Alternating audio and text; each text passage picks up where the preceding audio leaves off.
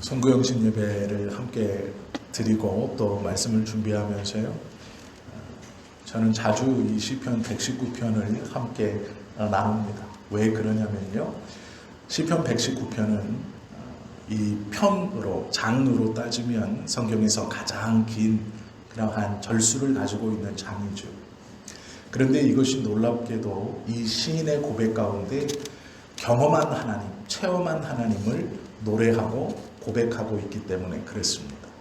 이 시편 119편은 하나님께 대한 간구이면서 자신이 직접 삶으로 경험한 그러한 고백, 삶에서 묻어나와서 전심으로 하나님 앞에 진실로 고백하는 그러한 고백이기 때문에 시편 119편의 이 하나하나의 고백은 이 저자의 삶에서 역사하신 하나님, 그리고 자기가 친히 경험하고 노래하는 하나님, 또한 과거에 자신에게 베푸셨던 그 하나님의 은혜를 돌아보면서 지금 나에게 분명한 이런 은혜가 있을 것이다 라고 확신하면서 고백하는 하나님을 우리는 이 시편 119편에서 만나게 됩니다.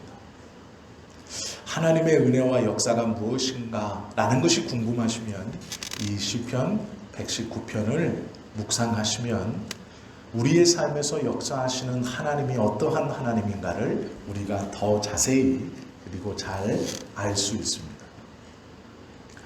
2022년도를 살아오시면서 많은 경험들 또 많은 사건들을 경험하셨고 또 그 사건과 경험들 속에서 많은 것들을 느끼셨을 것입니다. 우리가 돌아보면 하나님의 은혜였던가 라고 짐작했던 것이 하나님의 은혜이고 하나님의 인도하심이었고 하나님 앞에 자신들이 하나하나 적어내었던 기도의 제목이었던 것을 우리가 알게 되죠. 제가 우리 성도님들이 2022년도의 기도 제목들을 이렇게 보았습니다. 2021년도에 감사했던 내용, 그리고 2022년도에 하나님 앞에 기도했던 내용.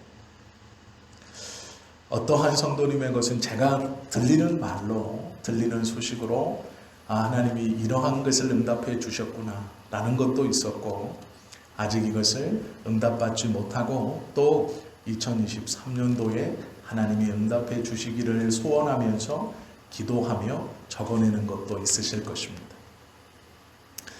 이직하기를 원했던 기도의 제목이 응답되어서 이직하는 성도님도 있습니다. 어떤 성도님은 자녀의 자식을 위해서, 즉 손주를 위해서 기도했지만 아직 그것이 응답되지 않은 분도 있습니다. 또 어떤 분은 또 다른 기도 제목을 가지고 하나님 앞에 또 23년도에 적어내어야 할 분도 있는 것을 압니다. 신년을 준비하고 한 해를 보내고 한 해를 준비하면서 이 시편 119편은 우리가 꼭 붙들고 다시 한번 묵상하고 그리고 이 시인의 고백처럼 우리가 이렇게 고백하며 23년도를 붙들어야 하고 22년도를 보내야 한다라는 것이죠. 송구영신 예배는 11시 30분에 합니다. 12월 31일. 많은 사람들이 모여서 한 해를 보내고 또 새해를 준비하며 바쁜 시간이죠. 아마 코로나가 아니었다면 더 많은 사람들이 밖으로 나갔을 것입니다. 정말로 귀하다는 사람들, 소중한 사람들끼리 모여서 여러 장소에서 여러 모양으로 이 시간을 보내고 있는 시간입니다. 그러나 우리는 하나님의 교회에 나와서 예배하고 있습니다. 지켜주심에 감사했고 또 한 해를 살아갈 것에 하나님의 은혜를 구하고자 이렇게 함께 모여 있습니다. 이 늦은 시간까지 깨어서 하나님 앞에 예배하고 찬송하고 기도하고 있습니다. 왜 그렇습니까?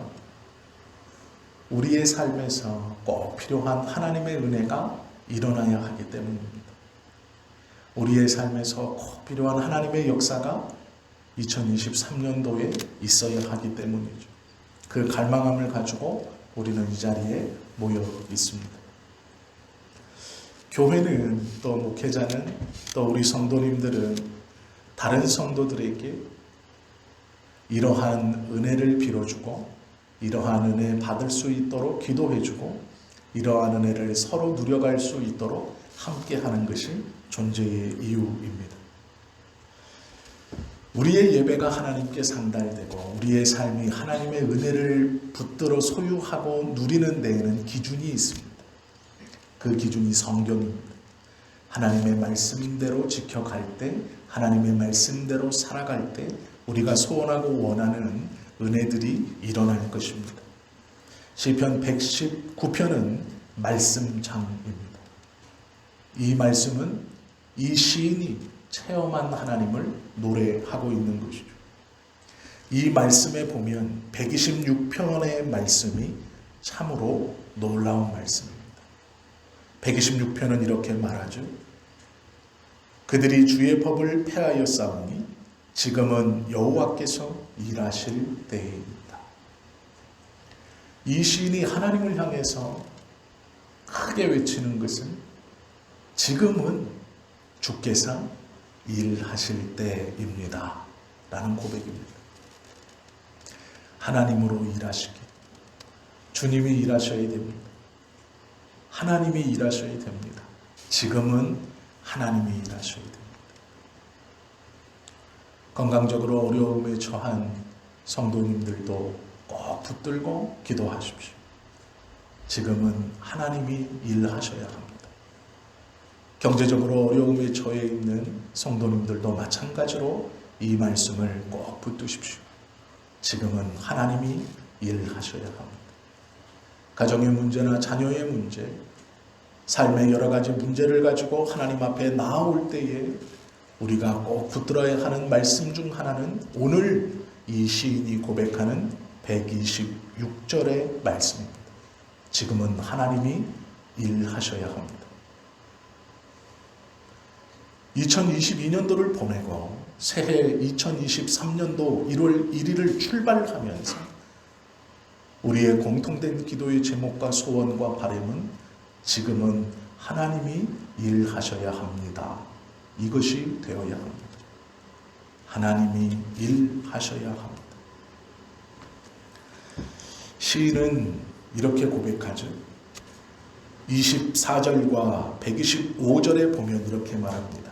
주의 인자하심대로 주의 종에게 행하사 내게 주의 율례들을 가르치소서. 나는 주의 종이오니 나를 깨닫게 하사 주의 증거들을 알게 하소서. 지금은 하나님이 일하실 때입니다 라고 하나님께 고백하는 첫 번째의 조건이 있습니다. 그것은 나는 주의 종이라는 것을 인정하는 것입니다. 우리는 다른 사람의 밑에 숙이고 들어가는 것을 잘 하지 못합니다. 특별히 그 사람이 나에게 모든 것을 요구할 때 우리는 화를 냅니다. 쉬운 얘기로 퇴근 시간 이후에 카톡이 오면 화가 나죠. 짜증이 나죠. 당연합니다. 받은 만큼만 일하는 것이 요즘 직장인들의 모습입니다. 물론 과거에도 그랬을 겁니다. 저도 우스갯소리를 자주 합니다. 받은 만큼 일합니다. 받은 만큼 설교 준비하고 받은 만큼 기도하고 받은 만큼 합니다. 그러나 하나님께서 우리를 당신의 종으로 부르심은 정말 다른 것입니다. 세상에서 다른 사람의 밑에 들어가는 것과는 완전히 다릅니다. 하나님께서 모세를 부르셨을 때 모세에게 첫 번째 하신 명령이 내 발에 신을 벗어라 라는 말입니다. 신을 벗는다라는 것은 내 밑에 고용된 부하직원으로 들어와라 라는 것이 아닙니다. 내가 일정한 월급을 줄 테니 너는 나의 말을 따라라 이런 말이 아닙니다. 신을 벗어라 라는 말씀은 노예가 되어라 라는 것입니다. 신을 벗어라 라는 말씀은 너의 자유는 이제 없다라고 말하는 것입니다. 벗기시는 것이 아니라 벗어라 말합니다. 벗고 올라와야 된다라고 말씀하신 것도 아니고 하나님과 대면했을 때 모세에게 내 발에 신을 벗어라. 너 스스로 네 신을 벗어라 라고 말합니다. 벗기시는 게 아니에요. 강제적으로 붙들어서 하나님 앞에 꿇어 엎드려 강제적으로 찍어 눌러 너는 나의 종이다. 아니요. 이곳은 거룩한 곳이니 너의 발에 신을 벗으라. 모세 스스로 자기 발에 신을 벗어야 한다는 것이죠. 신을 벗는다는 것은 노예가 된다는 뜻입니다.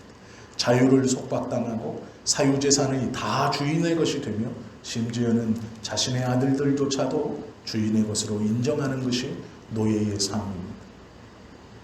모세야, 너는 노예가 되어라. 너의 모든 것이 내 것이고 너의 자녀들까지도 내 것이다 라는 것이죠. 그것을 자발적으로 하여라 라는 것이 내 발에 신을 벗어라 합니다. 이렇게 철저하게 종유됐다면 우리는 모세의 삶이 처참할 것이라고 짐작할 수 있습니다. 고용된 것도 아니고 고용된 종도 아니고 노예가 된다는 것은 자신의 모든 것이 주인의 것이라는 것이고 자신의 것은 아무것도 없다는 뜻입니다. 그렇게 하나님의 노예가 된 모세의 삶이 어땠습니까? 멸시를 당하고 무시를 당하고 사람들에게 짓밟힘을 당하는 삶이 아닙니다. 하나님의 노예가 된 모세의 삶은 우리가 아는 것처럼 하나님의 뜻을 이루시면서 사람 가운데 가장 존귀한 자 중 하나로 그를 세워주시는 분이 하나님이십니다. 세상에 좋은 기업을 가기를 원하고 월급을 많이 주는 회사에 이직하고 취직하기를 원합니다. 그것은 돈을 받고 고용된 것이죠. 그러나 하나님께서는 우리를 부르십니다. 그리고 말씀하시죠. 신을 벗어라. 내가 너의 신을 직접 벗어야 한다. 너는 나에게 노예가 되어라. 너의 것은 아무것도 없다. 모든 것이 내 것이다. 그러면 우리의 삶이 비참하고 낮아지고 비천해야 할 정상일 것인데 그렇게 살게 하지 않습니다. 모세는 하나님의 뒷모습을 보았습니다. 하나님의 모습을 보고 그의 얼굴에 광채가 돌았습니다. 이스라엘 백성들 어떤 누구도 하나님의 노예인 모세를 무시하지 못했습니다. 아니, 무시할 수 없었습니다. 그것이 하나님의 노예의 신분이고 하나님이 자신의 노예를 대하는 방법입니다. 우리는 하나님의 은혜 받기를 소원합니다. 하나님의 은혜 구하기를 소원합니다. 그러나 꼭 붙들고 있죠. 내 발에 신을 벗지 않습니다. 월급을 갖고 고용된 종들처럼 하나님이 나에게 이만큼 해주시면 나는 그에 합당한 대로 이만큼을 순종합니다. 라고 하나님 앞에 서 있는 것과 같습니다. 하나님이 우리에게 모세처럼 너의 발에 신을 벗어라, 노예가 되어라 라고 말씀하지만 우리는 아니요. 받은 만큼 일하는 종이면 만족합니다.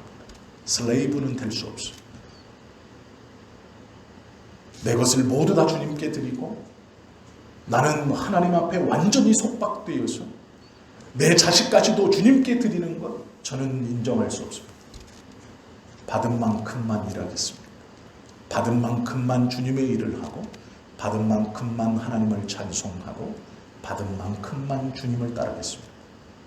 그것이 우리의 생각이죠. 그러한 종은 주인에게 향하여 이제 주인이 일하셔야 됩니다라고 말할 자격이 없고 말할 생각도 하지 못합니다. 오직 노예만이 자기 발의 신을 스스로 벗어 하나님께 모든 것을 맡기고 나의 것은 하나도 없고 모두 주님의 것입니다.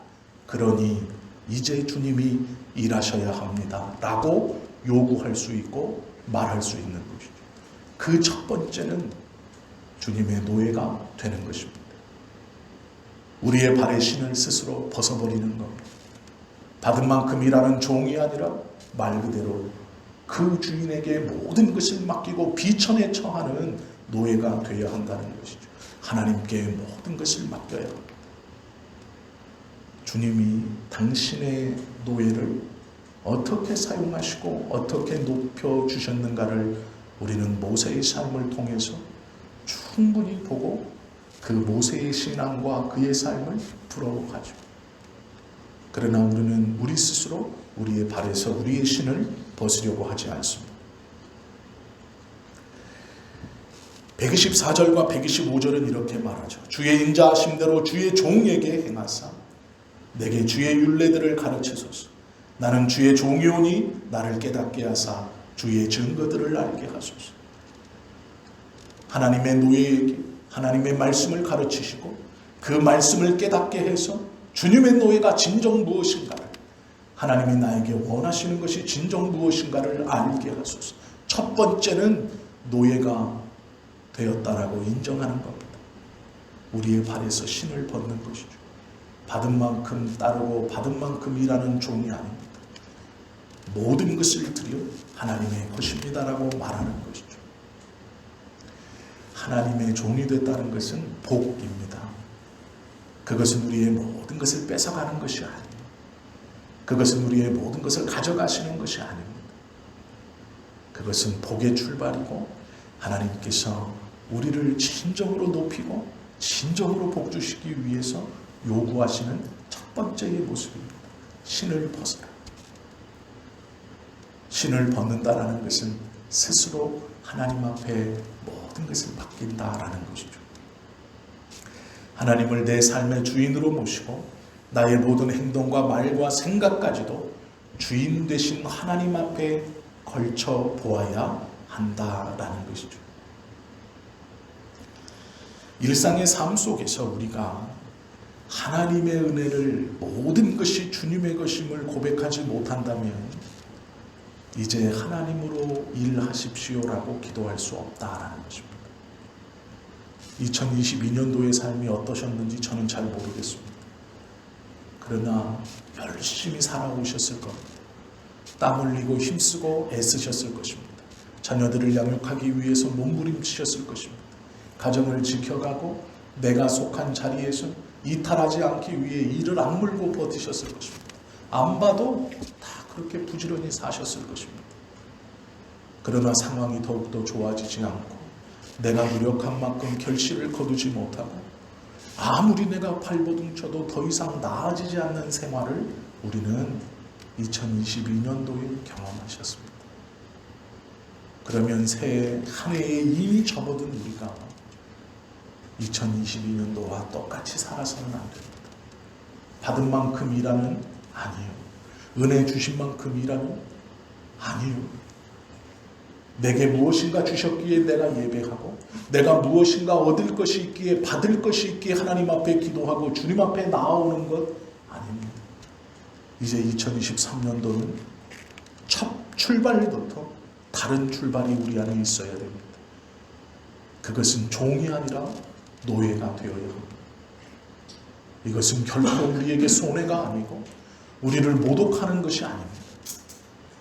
하나님께 모든 소유권을 넘겨드리고 내 발에 신을 벗는 그 모습이 이제 2023년도는 하나님이 일하시는 출발이 될 수 있는 것입니다. 이 시편 119편의 저자가 처음으로 고백한 것은 주님의 종입니다. 라는 고백입니다. 주님의 노예입니다. 하나님의 노예입니다. 그리고 두 번째는 저는 노예로 주님의 율례를 잘 지켰습니다. 감히 그렇게 고백하죠. 사람은 하나님의 뜻을 다 지킬 수 없습니다. 우리도 마찬가지입니다. 저도 그렇습니다. 하나님의 뜻을 모든 순간 다 지킬 수 없습니다. 그런데 이 저자는 놀랍게 고백하죠. 121편과 122편에 보시면 내가 정의와 공의를 행하였사오니 나를 박해하는 자들에게 나를 넘기지 마옵소서. 주의 종을 보증하사 복을 얻게 하시고 교만한 자들이 나를 박해하지 못하게 하소서. 시편 119편 56절은 이렇게 말합니다. 내 소유는 이것이니 곧 주의 법도들을 지킨 것입니다. 노예에게 있는 하나의 재산이 있으니 노예인 나에게 하나의 내 소유가 있으니 그것은 주인의 말을 잘 지킨 것입니다. 라고 고백하죠. 주인에게 부탁합니다. 교만한 자들이 나를 해치지 못하도록, 나를 박해하는 자들이 나를 굴복시키지 못하도록, 하나님 나를 그렇게 지켜주시고 보호하여 주시고 그것뿐만 아니라 복을 허락하여 주옵소서. 하나님의 노예인 나에게 유일하게 있는 하나가 있으니 그것은 주님의 말씀을 지키는 것입니다. 주인의 뜻에 따라 살아온 것입니다. 라고 고백하는 것이죠. 그럼 우리가 여기서 절망합니다. 나는 하나님의 뜻대로 살지 못했는데, 나는 하나님의 말씀을 지키지 못했는데. 아니요. 이 시편 119편의 저자도 그 하나님의 말씀을 다 지켜서 이렇게 고백하는 것이 아니에요. 그가 붙들고 있는 하나는 이것이니 내 소유는 이것이니 곧 주의 법도들을 지킨 것입니다. 여기서 주님의 법도는 하나님의 뜻입니다. 하나님의 뜻은 나의 종이 나의 말을 완벽하게 지켰다라고 고백하는 그 고백입니다. 이 시편 119편의 저자가 하나님의 모든 말씀을 다 깨끗하게 지켜서 이렇게 고백하는 게 아닙니다. 내가 주님의 법도를 지켰습니다. 그 고백을 하나님이 원하시는 것입니다. 히스기야가 하나님께 이렇게 고백합니다. 이사야서 38장 3절에 보면 이르시되 여호와여 구하오니, 히스기야가 고백합니다. 내가 주 앞에서 진실과 전심으로 행하며, 히스기야가 진실과 전심으로 행하지 않았습니다. 그러나 이렇게 고백합니다. 주의 목전에서 선하게 행한 것을 기억하옵소서. 히스기야가 뭘 하나님의 목전에서 선하게 행했을까요? 그렇지 못했습니다. 하고 히스기야가 심히 통곡하니라고 말씀하고 있습니다. 다윗은 또 이렇게 고백합니다. 시편 26편 1, 2절입니다. 내가 나의 완전함에 행하여 싸우며. 다윗이 완전한 사람입니까? 그렇지 못합니다. 흔들리지 아니하고 여호와를 의지하여 싸우니 여호와여 나를 판단하사, 여호와여 나를 살피시고 시험하사 내 뜻과 내 양심을 단련하소서. 무슨 말인지 아십니까? 하나님의 말씀대로 살지 못했고 하나님의 뜻을 어기며 죄 가운데 살았습니다.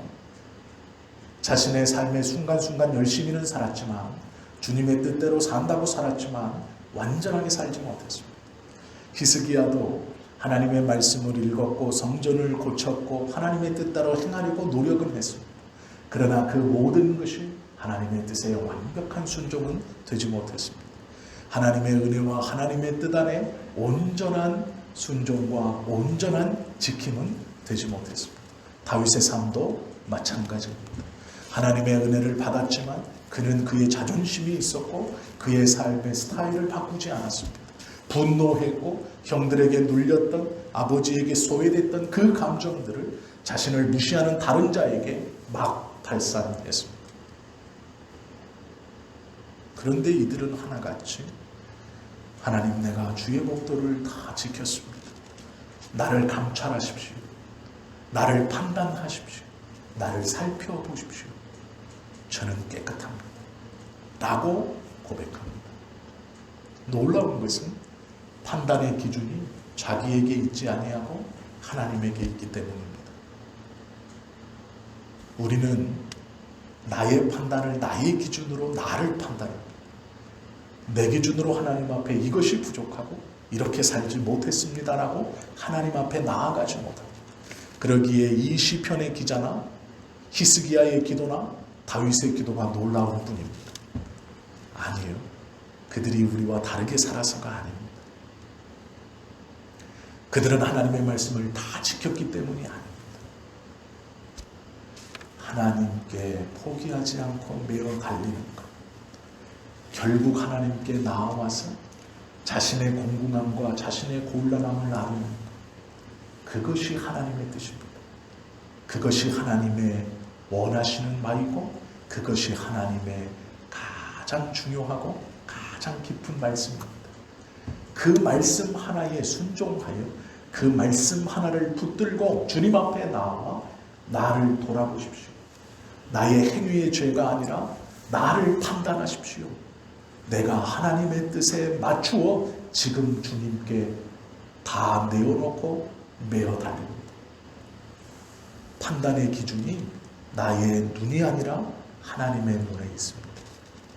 우리 하나님은요, 우리를 바라보시면서 점도 없고 티도 없이 탈탈탈 터실 것 같지만 그렇지 않아요. 하나님은 우리를 사랑하사 자신의 아들 독생자 예수 그리스도를 이 땅에 주시고 그를 십자가에서 죽이실 만큼 우리를 사랑하십니다. 우리의 머리털까지 세신 바 되었다고 말씀하시는 분. 그 하나님은 우리가 어느 순간 어떤 환경에서도 자신의 죄와 자신의 허물이 아니라 사하심의 말씀을 의지하여서 나와 하나님 내가 왔습니다. 내가 정결합니다. 주님의 뜻을 내가 합니다. 찾아와 기도하고 하나님께 맡기고 주님의 눈에 깨끗한 자.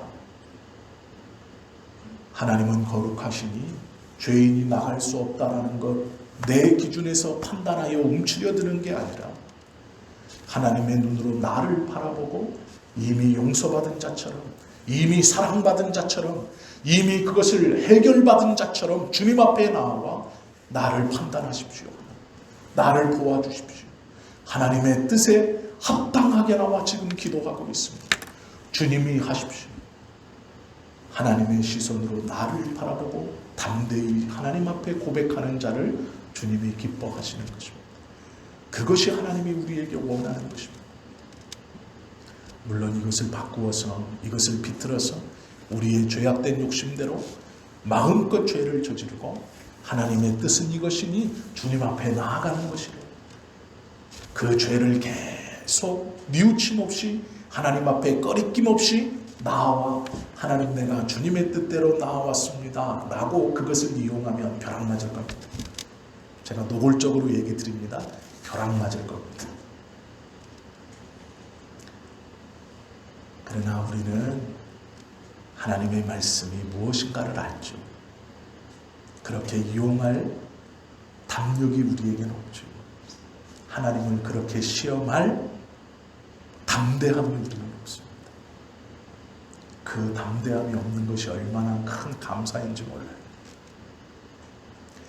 하나님께서 원하시는 것은 성경에 기록된 믿음의 사람들의 놀라운 믿음의 고백입니다. 그들이 그들의 삶을 돌아봐서 파렴치한 사람처럼 염치 없는 사람처럼 자신의 죄를 다 잊어버렸다는 게 아니에요. 그렇게 나와 하나님께 매어 달리는 것이 하나님의 뜻입니다. 내가 너를 거룩하다 말했다. 내가 너를 거룩하다 인정했다. 그래서 너는 내 앞에 올 수 있다. 내가 너를 거룩하다 했으니 너는 내 앞에 올 수 있는 것이다. 너는 기도할 수 있다. 내가 너를 죄 없다. 내가 너를 거룩하다. 내가 너를 이미 용납했다라는 것이죠. 우리가 하나님 앞에 나아갈 때 나의 시각으로 나를 보면 안 됩니다. 하나님의 시각으로 나를 볼 수 있어야 합니다. 그리고 그것을 담대히 고백할 수 있어야 합니다. 그것이 노예의 고백입니다. 그것이 주인의 시각으로 자신을 바라보고 주인 앞에 나아갈 수 있는 노예의 고백입니다. 종은 시간이 땡 하면 출근했다가 시간이 땡 하면 퇴근합니다. 그러기에 종은 자신의 것을 갖고 있습니다. 재산도 소유할 수 있고 자녀들도 선택권이 있습니다. 그러나 문제는 이 종의 재산이 도적들에게 빼앗겼거나 이 종이 수치를 당했거나 이 종이 멸시를 받았거나 억울한 일을 당했다 하여 주인에게 올 수 없습니다. 권한이 없습니다. 자기가 알아서 해야 하는 겁니다. 그러나 노예는 다릅니다. 자신의 몸을 누군가 건드려 상해를 입혔다면 주인에게 가서 고해야 하는 것이죠. 그것이 마땅해야 하는 일입니다. 어떤 가문의 누구가 저를 건드렸습니다. 저를 상해 입혔습니다. 나는 당신의 재산이고 당신의 것인데 그가 당신을 모욕했습니다라고 말할 수 있는 것이죠. 그게 주인의 뜻입니다. 노예는 의당 그럴 권한이 있습니다. 노예가 가지고 있는 것에 재산상 피해를 입었다면 주인에게 찾아달라 말할 수 있는 것이죠. 왜요? 엄밀히 말하면 그건 주인의 것이기 때문입니다. 주인의 소유를 강탈해 간 것이죠. 그러기에 주인이 찾아오는 것입니다. 노예를 건드렸다면 그건 주인을 건드린 겁니다. 노예는 그런 겁니다. 하나님이 우리를 부르심은 시간제 종으로 부른 게 아닙니다. 하나님이 나의 주인 되신다는 것은 어디의 삶의 일부분까지만 주인이고 그 뒤로는 네 마음대로 살아라가 아닙니다. 모든 순간 너의 행동과 그 행동의 책임과 결과를 하나님 앞에 담대히 맡길 수 있어야 합니다. 하나님, 나를 돌아보십시오. 나의 억울함, 나의 부족함을 채워주십시오. 왜요? 그것이 주인의 뜻입니다. 그러기에 시편 119편의 저자는 자신의 삶이 완전하여서가 아니라 그 하나님의 뜻 안에서 담대히 기도하고 있는 것입니다. 이제 주님이 일하셔야 합니다. 회복되어지지 않는 관계, 변화되지 않을 것 같은 상황,